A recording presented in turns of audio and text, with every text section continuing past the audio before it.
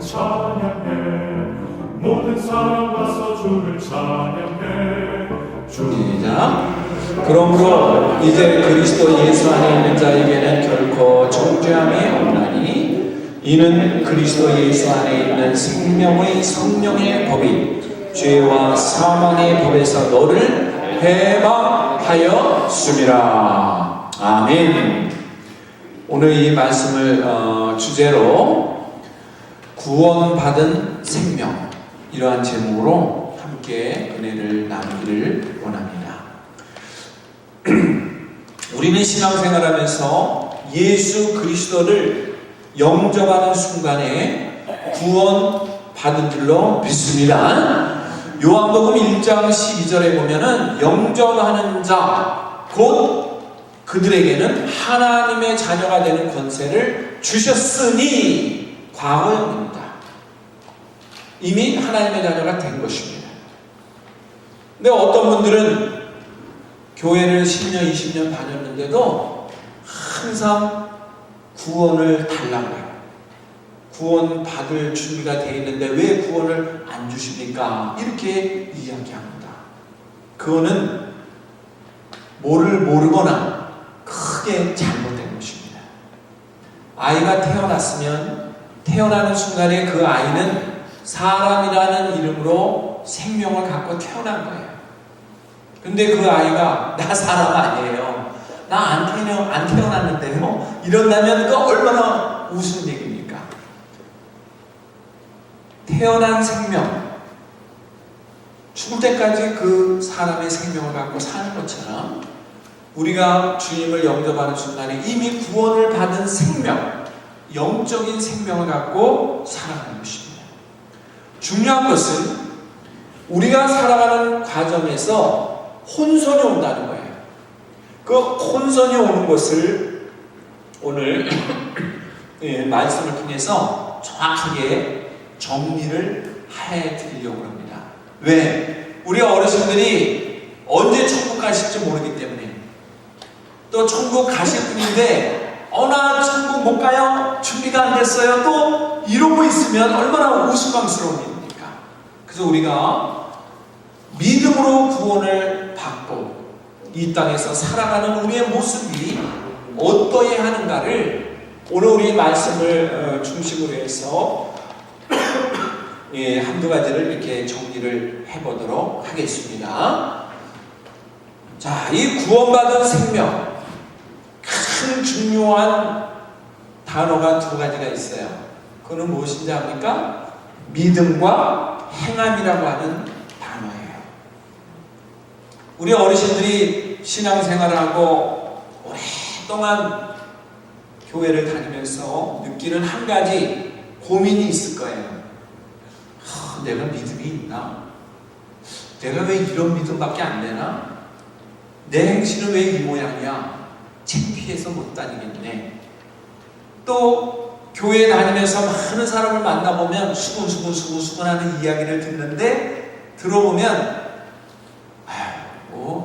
뭐 장로님이 그러면 되나, 뭐 권사님이 그러면 되나, 이렇게 걱정하고 또 남의 험을 잡아서 얘기하는 것들을 많이 듣게 됩니다. 그렇다면 그분들이 믿음이 없다는 얘기인가? 장로님이 되고 권사님이 되셨는데 이렇게 흉을 보는 대상이 된다면 그분은 그러면 믿음이 없다는 얘기인가? 혼란이 올 때가 있어요. 그래서 우리는 구원받은 생명이 어떻게 출발이 되고 믿음과 행함이 어떤 관계로 우리의 삶 속에 나타나는지를 꼭 짚고 넘어가야 돼요. 이게 정리가 안 되면 내 신앙생활 한평생이 혼란에 빠져요. 자, 이걸 잘 기억하시든가 메모를 해놓으시기를 바라면서 그 첫 번째 교황이 뭐냐면은 믿음은 뿌리이고 행함은 열매라는 것입니다. 한번 따라해 보세요. 믿음은 뿌리이고 행함은 열매이다. 믿음은 뿌리예요. 뿌리는 눈에 보입니까? 안 보입니까? 안 보여요. 땅 밑에 붙여 있어요. 그러나 이 뿌리가 없다면 새싹이 올라옵니까? 안 올라옵니까? 올라올 수가 없어요. 당신이 믿음이 있니? 믿음이 없니는 내가 평가할 수가 없어요. 왜? 내 마음에 간직하고 있는 믿음을 내가 점수 매길 수가 없어요. 볼 수가 없어요. 자기와 하나님과의 관계예요. 그러나 그 믿음은 볼 수 없으나 그분의 행실을 보게 돼요. 그분의 언행을 보게 돼요. 그러므로 말미암아 저분이 믿음이 있구나, 믿음이 약하구나, 믿음이 없구나, 이거를 우리가 어떻게 하죠? 가늠하게 되는 것이에요. 생명이라는 것은 주어지는 순간에 소멸되지 않아요. 언제까지? 죽기 전까지는 소멸되지 않아요. 중요한 것은 그 생명이 쑥쑥 자라나면서 몸이 자라나듯이 성숙해지면서 처음에는 받기만 했던 것이 자라나면서 이제는 베풀 수 있는 수준에 올라가고 있느냐, 그 차이지. 믿음이 있니 없니를 물어보면 안 되는 거죠.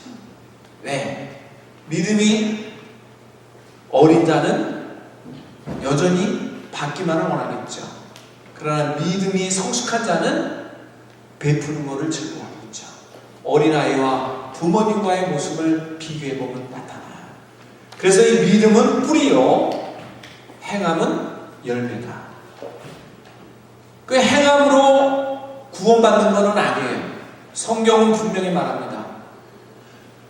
오직 의인은 믿음으로 구원에 이른다고 기록하고 있어요. 믿음이 없이는 구원을 못 받아요. 아무리 선한 일을 잘하고 도네이션을 많이 하고 표창장을 많이 받았을지라도 믿음이 없다면 그분은 구원을 못 받아요. 중요한 것은 믿음인데, 그 믿음이 뿌리가 돼서 나타나는 행함, 거기에는 믿음의 열매가 있는 거예요. 팥을 심으면 뭐가 나와요? 팥이 나오고, 콩을 심으면 콩이 나오잖아요. 믿음을 심으면 믿음의 열매가 나오는 것이죠. 두 번째로, 믿음은 조건이고 행함은 결과다. 믿음은 구원받는 조건이에요. 그러나 행함은 뭐죠? 구원받은 자가 나타내는 결과일 거예요. 믿음이 없이 아무리 좋은 일을 많이 하고 선한 일을 많이 해도 구원을 못 받아요. 그러나 믿음을 가지고 선한 일을 행할 때 그는 구원도 받았지만 상급도 풍성하게 받게 되는 것입니다. 성경은 말합니다. 믿음으로 구원을 얻고 행함으로 상을 얻는다고 말씀하고 있습니다. 어린아이가 태어났을 때 생명을 얻었지만 그 아이가 열심히 노력해서 공부 잘하면 우등상도 받고 개근상도 받지 않습니까? 생명을 갖고 태어났는데 이 아이가 학교도 안 가고 공부를 안 하면 우등상이나 개근상은 그 아이와는 상관이 없잖아요. 그 생명은 자기가 원해서 온 게 아니라 부모님이 사랑해서 하나님이 주신 선물로 태어난 거예요. 그냥 은혜로 태어난 거예요, 생명은. 그러나 그 생명을 가진 자가 상을 받기 위해서는 어떻게 해야 됩니까? 성장을 해야 되고 노력을 해야 돼요. 그래야 그 대가로 상을 얻게 되는 것입니다. 그래서 성경은 말하는 거예요. 믿음은 구원을 받는 조건이지만 행함이 뭐예요? 상을 받는 결과가 된다는 사실을 얘기하고 있습니다. 그렇기 때문에 믿음과 행함이라고 하는 것은 떨어져서 얘기하면 안 되고 손바닥과 같다. 손등과 손바닥과 같다. 같이 붙어 다니는 거예요. 이것을 우리가 꼭 기억을 하셔야 되겠습니다. 그 다음은 중요한 세 번째입니다. 같이 한번 해봐요. 큰 소리로. 믿음은 하나님 앞에서 의롭게 되고 시작. 믿음은 하나님 앞에서 의롭게 되고 행함은 사람 앞에서 의롭게 된다. 행함은 사람 앞에서 의롭게 된다. 그러니까 믿음은 구원을 받아 하나님 앞에서 의롭게 되는 첫 번째 관문이에요. 그러나 행함은 뭐예요? 사람과 사람 관계에서 아이고 저 사람 이게 아주 중요한 것이죠. 네 번째로 우리가 기억해야 될 것이 있습니다. 믿음은 사람을 의롭게 하지만 행함은 믿음을 의롭게 한다는 것입니다. 우리가 옷만 예쁘게 입어도 밖에 외출했을 때 아무 데나 앉지 않아요. 의자에 한번 앉으려면 손으로 한번 어떡합니까? 먼지 털고 앉아요. 왜? 내 옷이 더러워질까봐. 그런데 작업복을 입고 나가면 깨끗한 의자에 앉으려고 그럽니까? 내 옷이 더러워서 내가 앉다가는 그 의자가 더럽혀지는데 못 앉죠. 어디 앉아요?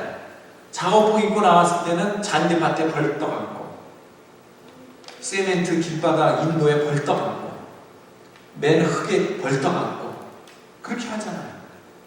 이거는 뭘 말합니까? 옷 하나를 어떻게 입느냐도 내 마음가짐이 달라지는데 하나님의 은혜 안에서 의롭다함을 칭함을 자는 어디서나 그 하나님의 마음으로 살려고 하는 노력을 하게 돼요. 그때 그 노력하는 행함이 나의 마음속에 있는 믿음을 의롭게 만들어준다는 것입니다. 믿음을 가지고 행함의 열매를 얻는 자가 하나님이 보실 때 정말 존귀한 자인 줄로 믿습니다. 이러한 자가 존귀한 자예요. 주여 주여 하고 뭐 성경을 1년에 몇 번씩 읽었다 그러는데 행함은 아니었다. 그저 뺀질거리고 약어 터져가지고 어려운 일에는 안 나타나고 먹는 일에는 나타나고 누가 봐도 덕을 못 세우고 누가 봐도 존경하지 못할 행동을 한다면 그가 아무리 성경을 많이 읽고 아무리 성경을 많이 암송하고 아무리 그 입술에 기도가 있고 찬양이 있을지라도 사람들은 그를 의롭다고 보질 않아요. 하나님은 그를 의롭다고 볼 수 있겠죠. 그러나 사람들은 그를 의롭다고 보지 않아요. 오히려 손가락질을 하고 그로 인해서 상처를 받고 힘들어한다.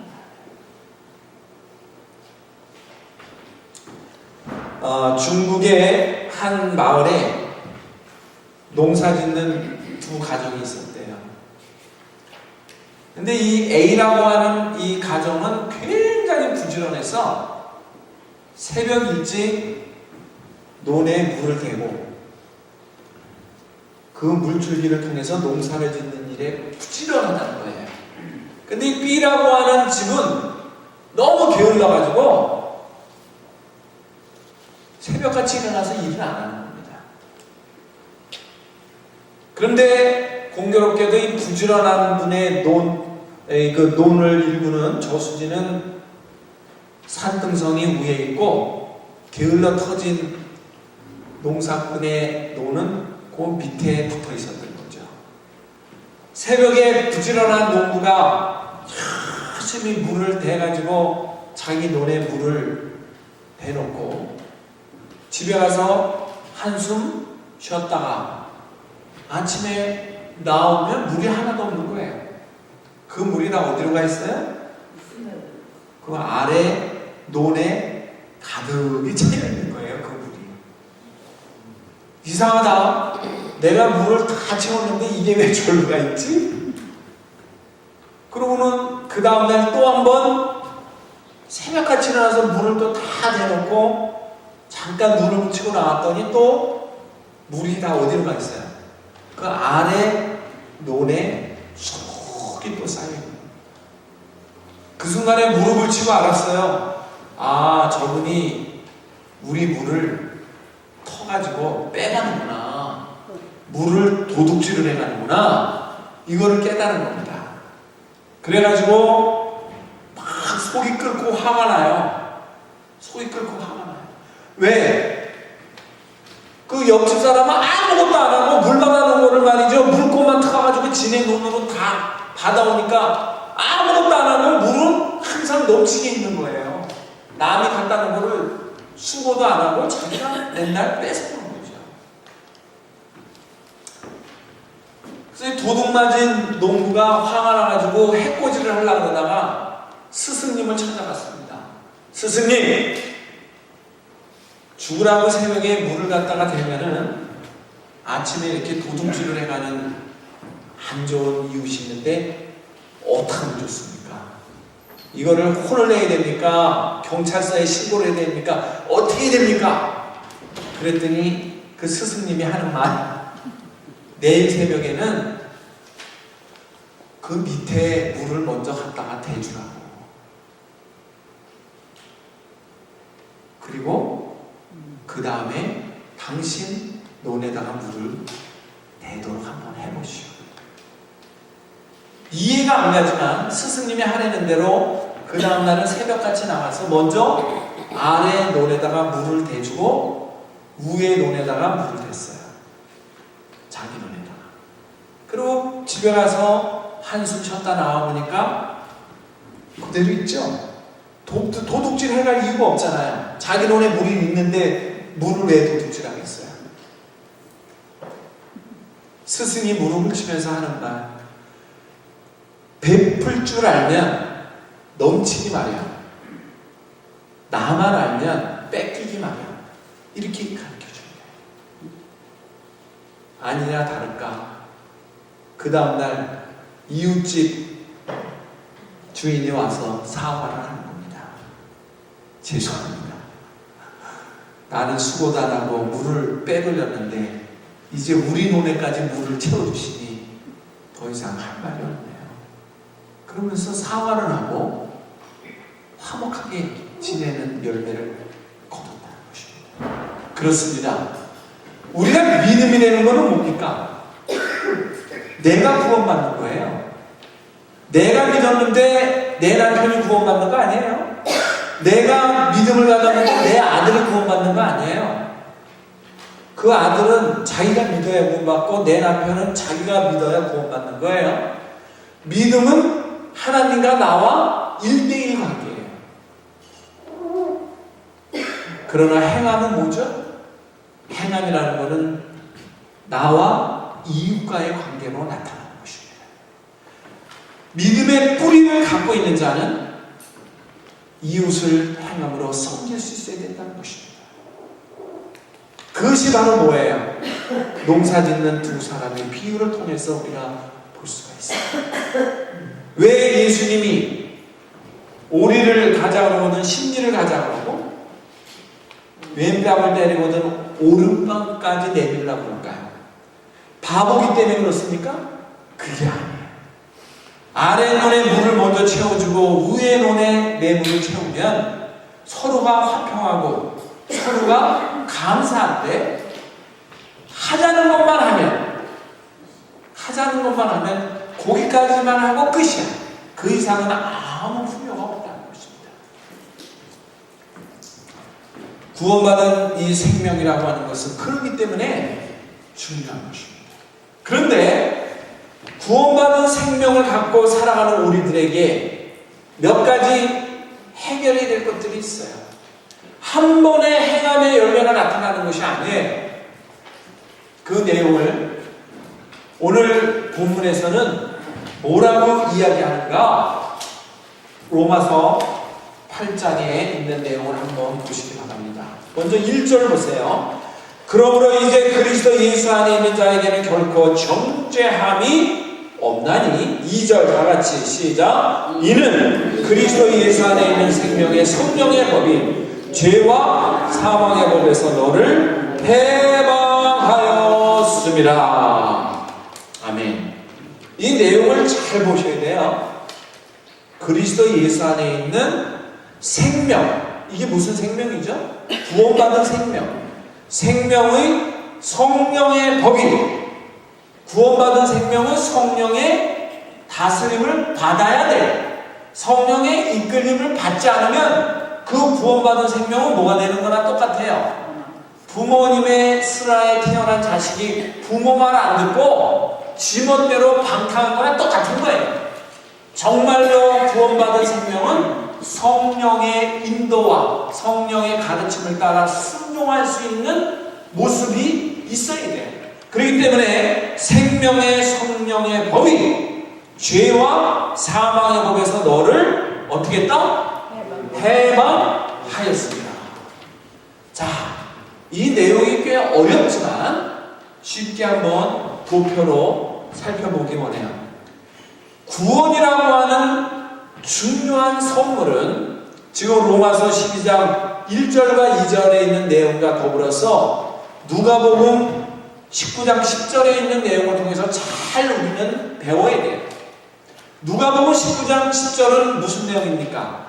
인자에 온 것은, 인자가 이 땅에 온 것은 성림을 받으려면 아니고 도리어 섬기려 하고 섬기러 오셨다는 거예요.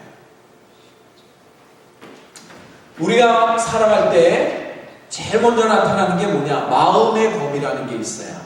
이 마음의 법이라는 거는 뭡니까? 아무도 몰라. 나밖에 몰라. 내가 이걸 할까 말까, 이걸 먹을까 말까, 내 마음이 결정하는 대로 따라. 우리는 내 마음에서부터 출발을 해요. 그런데 내 마음이 선한 일을 하려고 마음을 먹는 순간에 어떠한 회방꾼이 나타나는가? 하나님의 법, 율법이라고 하는 것이 딱 나타난다고요. 이 무서운 거야. 하나님의 법은 율법이에요. 율법이라는 것은 우리를 복주려고 만든 겁니까? 정죄하려고 만든 겁니까? 정죄. 하나님께서 우리에게 주신 법은 율법이라고 그래요. 구약시대의 율법. 이 법을 보면 십계명이 대표되는 겁니다만은 하라 하지 말아라 딱 나눠집니다. 하라 그랬는데 안 하면 어떻게 되죠? 벌이 있고, 하지 말라 그랬는데 하면 어떻게 되죠? 벌이 따라옵니다. 복을 주려고 만든 법이 결과는 뭐가 됐죠? 정죄하는 걸로 나타납니다. 이러한 것에 우리 마음은 항상 어떻게 되어 있습니까? 사로잡혀 있어요. 그 사로잡혀 있는 마음에 나타나는 것이 뭐죠? 죄의 법이라는 거예요. 자꾸만 죄성을 끌어들여서 우리로 하여금 가로막게 한다는 것이에요.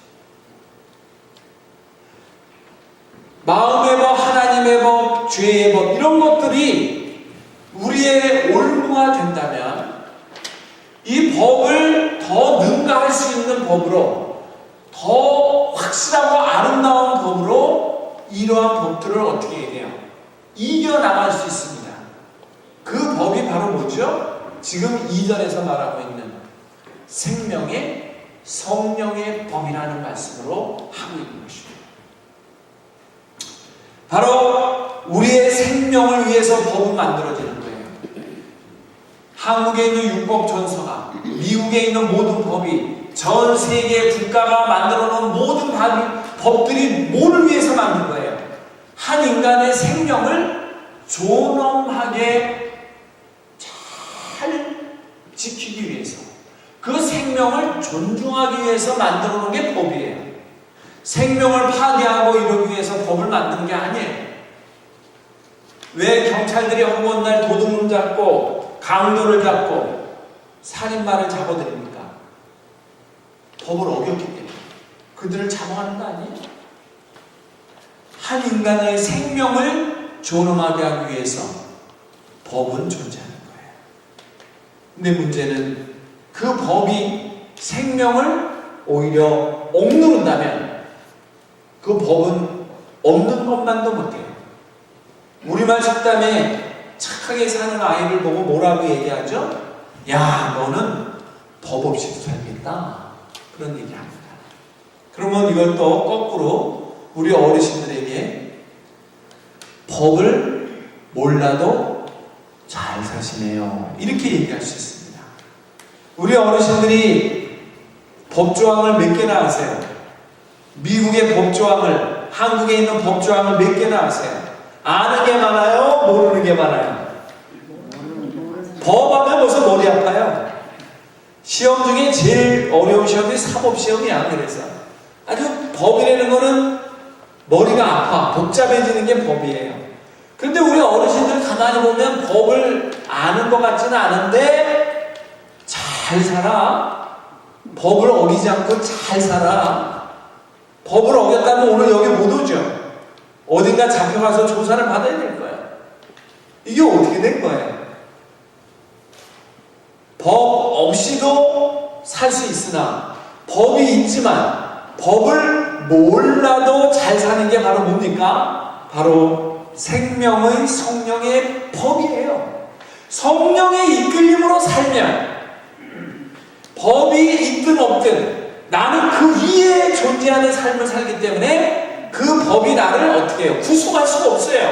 왜? 성경이 가르쳐드리는 성령님의 이끌리는 모든 내용의 모습은 하나님을 영화롭게 하고 이웃을 아름답게 섬기도록 가르치고 있기 때문에 부모님을 잘 효도하고 형제를 사랑하고 손 아래 사람들을 아껴주며 이끌어주라고 가르치기 때문에 생명의 성령의 법으로 사는 사람은 나를 옥죄이고 있는 이 모든 법을 모르더라도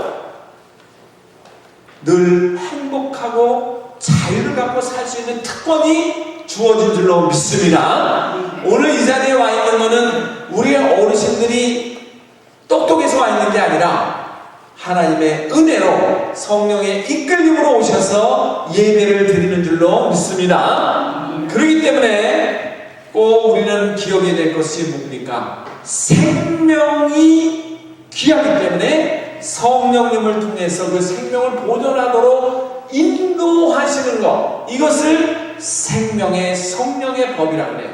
그래서 이 생명의 성령의 법 안에 있는 자들은 무엇을 입었다? 해방되었다라고 오늘 2절 말씀은 이야기합니다. 해방이라는 것은 뭡니까? 자유. 모든 억눌림과 묶임에서 자유를 얻는 거예요. 그런데 이 자유는 두 가지가 있다는 걸 꼭 기억하십시오. 영어에 보면 자유라는 말의 단어가, 대표적인 단어가 두 가지가 있어요. 저 뉴욕의 허드슨강에 서 있는 자유의 여신상 할 때 그 자유는 리버티라는 단어예요. 그러나 아이들이 공부하라고 했더니 몰래 뛰쳐나가가지고 놀다 와요. 나 자유롭게 놀다 왔어. 그럴 때 쓰는 자유는 프리덤이라고 해요. 프리덤. 똑같은 자유예요. 말은 똑같은데 내용이 조금 달라요. 뭘까요? 리버티라고 하는 거는 법 안에서 누리는 자유. 프리덤이라는 거는 방종에 가까운 자유예요. 공부에 대한 학생이 공부 안 하고 뛰어노는 자유. 뭐 뛰어논다 해서 뭐라고는 안 하죠. 그러나 학생의 본분이 공부를 안 했기 때문에 성적이 안 올라가잖아요. 이거는 방종에 가까운 자유야. 그거는. 그렇지 않습니까? 제가 오늘 아침에 와서 깜짝 놀란 게 이 윈도우에 다 뭐라고 써있냐, 노 스모킹이라고 붙여놨어요. 여기 보세요. 노 스모킹. 이 말은 뭐죠? 여기 드나드는 사람들이 담배를 많이 핀다는 얘기예요. 담배를. 이 에피스코팔 처치라는 특성이 뭐 술, 담배 다 허용하니까. 응? 근데 신성애들 예배드리는 처소에 들어와서도 펴대니까 이제 급기야 법을 만드는 거죠. 노 스모킹. 그렇게 해서는 또 안 들으니까 그 위에다가 플리즈, 제발 이 성전, 이 공간에 와서는 담배 좀 피지 마요. 를 이렇게 붙인 거예요. 그러면 여기서 담배를 폈다고 해서 잡아갑니까?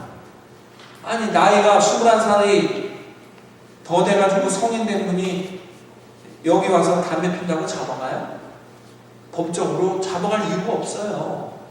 그러나 그거는 자유는 자유인데 어떤 자유예요? 방종에 가까운 자유를 추구하는 거 아닙니까? 자기 몸의 건강을 해친다는 사실을 알면서도 계속 펴댄다 이거야. 지 건강 지가 알아서 하는 거지 내둔단 말이죠. 아무리 끊으라 그래도 안 끊어. 그건 자유예요. 아니 자기가 감기 걸려서 폐암 걸렸는데 누가 잡아가? 안 잡아가요. 그러나 결국은 어떤 결과를 가져옵니까? 방종에 가까운 자유를 누리다가 결국 폐암도 걸리고 누군가에게 인정을 못 받는 인간관계에서 낙제점을 받는 삶을 사는 비루한 자가 되는 거예요. 그러나 진정한 자유는 생명의 성령의 법 안에서 누리는 자유, 리버티. 이것이야말로 누가 봐도 존중해주는 자유를 누리는 것이고 누가 봐도 박수를 보내주는 자유를 누리는 거예요. 미얀마의 민주 영웅 아웅산 수치 여사는 옥살이 하다가 가택연금하다가 수십 년 만에 자유의 몸이 됐어요. 그래서 노벨 평화상도 10여 년 만에 가서 수상을 합니다. 여기저기 외국에 나들이 하는 것도 수십 년 만에 합니다. 그는 자유를 외치다가 맨날 옥살이를 하고 맨날 가택연금을 나가면서 힘들어하는 고난의 세월을 보냈어요. 그렇다면 그가 추구했던 자유는 어떤 자유였습니까? 세상의 법이 그를 억눌렀어요. 그는 진정한 자유를 요구했어요. 그 나라는 허용을 안 했습니다. 그리고 이제 수십 년이 지난 지금에서야 그에게 모든 족쇄를 풀어줬어요. 국회의원이 됐어요. 이제 다음 대통령 선거에는 아웅산 수치 여사가 대통령 후보로 출마할 거라는 얘기가 지금 나오고 있어요. 자유라는 것이 나를 무조건 온 세상에서 행복하게 해주는 것은 아니에요. 진정한 자유를 사모하지만 옥고를 치르면서 어려움을 겪을 수도 있어요. 중요한 것은 무엇입니까? 생명의 성령의 법이 나를 이끄는 순간에 내 몸은 옥중에 있을지라도 내 마음은 어떻습니까? 평강과 감사와 기쁨으로 넘치도록 성령님이 이끌어 주신다는 것입니다. 바울과 실라가 열심히 복음을 전하다가 귀신 들린 여인을 고쳐줍니다. 귀신 들린 여인을 고치는 순간에 감옥에 잡혀갑니다. 왜 잡혀간 거죠? 좋은 일 했는데. 귀신 들린 여인을 귀신 쫓아내고 고쳐줬는데 너 잘못했다고 감옥에 집어넣었어요. 뭐가 잘못됐다는 거야? 그 당시에 서기관과 바리새인들은 귀신 들린 자, 접신한 자를 앞세워서 길거리에 앉혀놓고 점을 보게 한 다음에 복채를 놓고 가는 것을 빼돌리면서 자기 주머니를 채웠어요. 근데 어느 날 와봤더니 멀쩡해졌어. 이제 복채를 못 벌어들이게 되니까 화가 나가지고 바울과 실라를 감옥에 갖다 집어넣은 거예요. 자기네 호주머니 돈을 못 들어오게 했다고 말이지. 근데 바울과 실라는 성령의 이끌림을 통해서 귀신 들린 자를 고쳐줬고 복음을 그에게 전해주므로 그가 변화되는 그 기쁨 속에 있었는데 몸은 지하 감옥에 갇혀서 옥고를 치르게 됐어요. 밖에서 보면 얼마나 억울하고 얼마나 힘들겠어요. 그러나 바울과 실라는 거기서 뭐 했죠? 옥중에서 뭐 했어요? 한밤중에 찬송하고 기도했다고 했어요. 찬송이 죽게 되면 나옵니까? 불만이 꽉 차 있는데 찬송이 나오겠어요? 감사가 있고 기쁨이 있을 때 찬송이 나옵니다. 우리 어르신들 설거지할 때 기분 엄청 나쁜데 노래 불러요? 설거지하면서 기분 엄청 나빠 죽겠는데 주님을 찬양해 하면서 이렇게 설거지 하십니까? 거의 그런 일은 없을 거예요. 마음이 즐거울 때 누가 시키지도 않았는데 노래방에 가서는 노래도 안 하는 사람이 설거지할 때 주님을 찬양해 하면서 막 한다 이거예요. 왜 그렇죠? 마음에 성령의 감동과 기쁨이 있기 때문에 그래요. 성령의 이끌림으로 오는 자유는 세상이 바라보는 자유라는 차원이 다른 거예요. 바울과 실라는 옥중에서도 찬송하고 기도했습니다. 조용한 밤중에 그들의 기도와 찬송 소리가 옥중에 잔잔하게 울려 퍼집니다. 그를 가둬놓고 지키고 있던 간수도 듣게 되고 그 옆방에 있는 다른 죄수들도 듣게 됩니다. 다른 죄수들은 어떻게 하면 탈옥을 해볼까? 어떻게 하면 감형을 받아서 나가볼까? 이상한 생각을 할 때 바울과 실라는 걱정 근심 없이 송가발의 착고에 묶여서 꼼짝도 못하는데 주님을 찬양해 하면서 찬양하고 기도하는 거예요. 한밤중에 어떤 일이 일어납니까? 갑자기 옥토가 흔들리더니 옥문이 떨어져 나갑니다.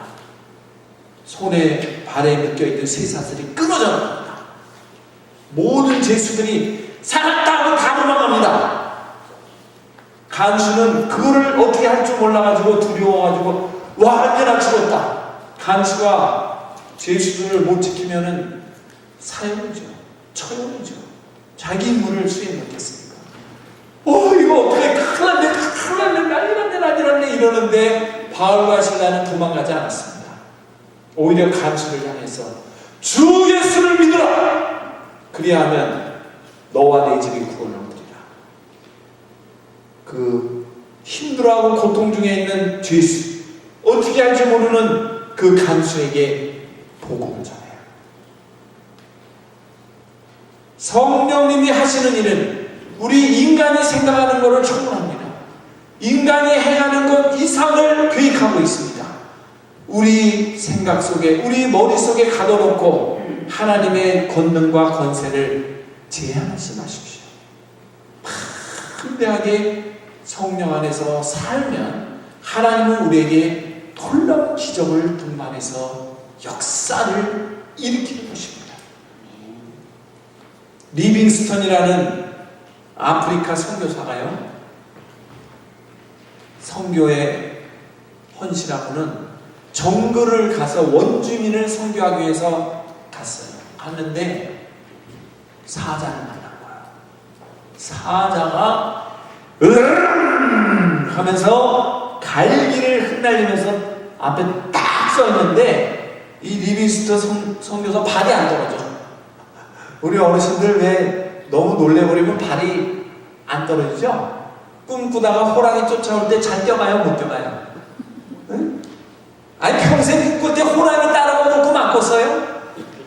꿈꾸는데 호랑이가 따라오는데 딴 애들은 다 도망가는데 내 발은 안 떨어져. 내 발은 왜 지나쳐리 못한다 그냥 막 집다물을 그냥 막 호랑이가 덤비는데 다 도망가는데 나는 못 도망가고, 아니 왜 나는 발이 안 떨어져? 왜 발이 안 떨어져? 이러다 펄떡 깨는 거지. 아니 그 꿈이네. 식은땀이 쭉 흘리죠. 식은땀이 왜 흘러요? 죽기 직전에 소스라쳐서 깨기 때문에 식은땀이 흐르는 건데, 리빙스턴이 사자를 만나서 사자가 우왕 하는 순간에 발이 안 떨어진다. 이거 어떻게 해야 돼? 사자한테 복음을 전해봤자 먹히지도 않을 거고, 이거는 도망가봤자 이거는 뭐 아무 효과도 없어요. 사자가 두 발 뛰는 동안에 사람이 20발을 가도 사자는 그냥 두 발이면 와서 덤퍼덤 물어버리거든. 그 순간 리빙스턴이 무릎을 꿇을 수밖에 없더라고요. 무릎을 꿇고 하나님의 도움 외에는 받을 길이 없다는 거예요. 뭐 연약한 존재가 대책이 없는 거예요. 그 맹수를 만났는데 그냥 발은 안 떨어지는데 무릎을 탁 꿇고 하면서 그냥 하나님 앞에 기도한 거예요. 이래도 죽는 거고 저래도 죽는 건데 해필이면 사자밥이 돼서 나를 죽게 합니까? 하면서 하나님 앞에 기도를 하고 식은땀을 흘리는데 시간이 얼마 지났는지 모르죠. 아무 일이 없는 거야. 막 기도를 했는데 아무 일이 없는 거야. 아무 일이. 그래서 얼마를 기도했는지 모르지만 기도하다가 눈을 딱 떴더니 그 사자도 엎드려서 기도하고 있더래. 꼼짝을 않고 털썩 앉아가지고 이러고 있더라는 거야, 사자가. 그래서 슬며시 옆길로 해서 나와가지고 그 얘기를 막 했다는 거예요, 원주민들에게. 그랬더니 어느 분이 쪼크를 던지는데 이러더라는 거야. 사자가 일용할 양식을 주옵소서 감사합니다 하고 기도가 너무 길어져가지고 그만뒀었구만.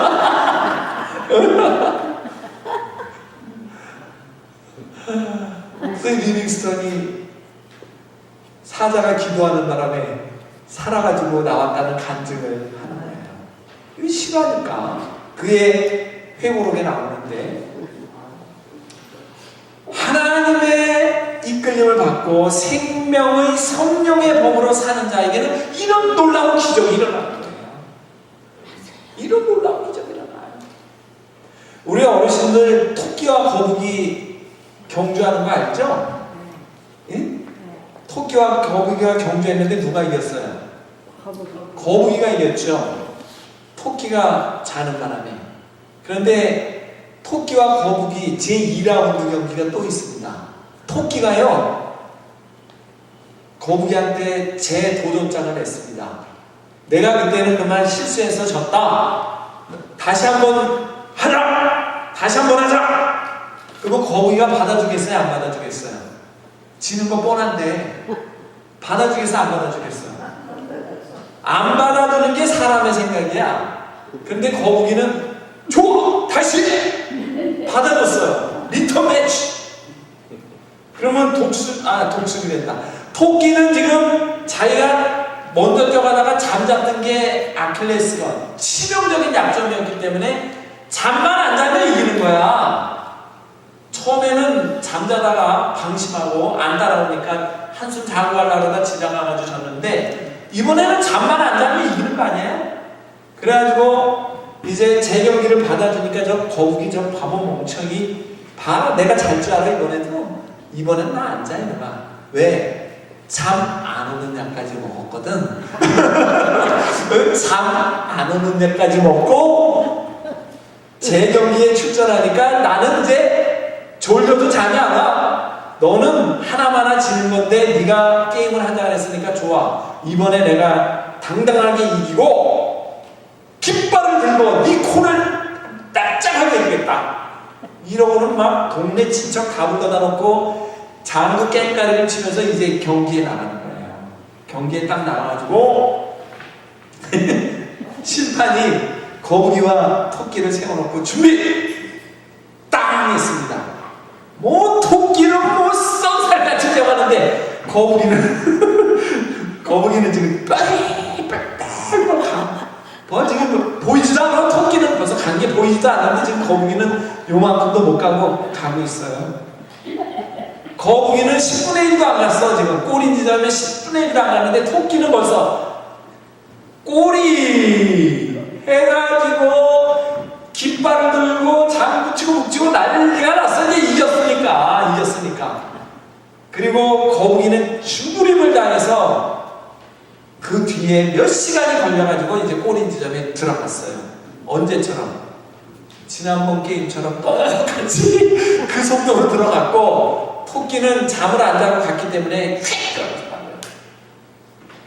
시상식을 합니다. 이제 시상식을 하는데 오늘 토끼와 거북이 경기에 제2라운드 시상식을 합니다. 우승 거북이 우승 거북이 이래놓고는 이만한 트로피와 상품을 주는 거예요.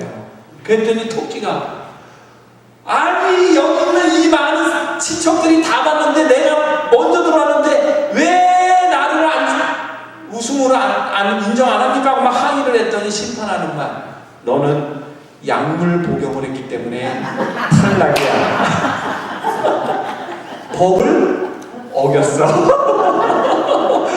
올림픽에 나가서 약물 복용하면 나중에 금메달 다 박탈당하듯이 그래가지고 토끼가 또 졌다는 거예요.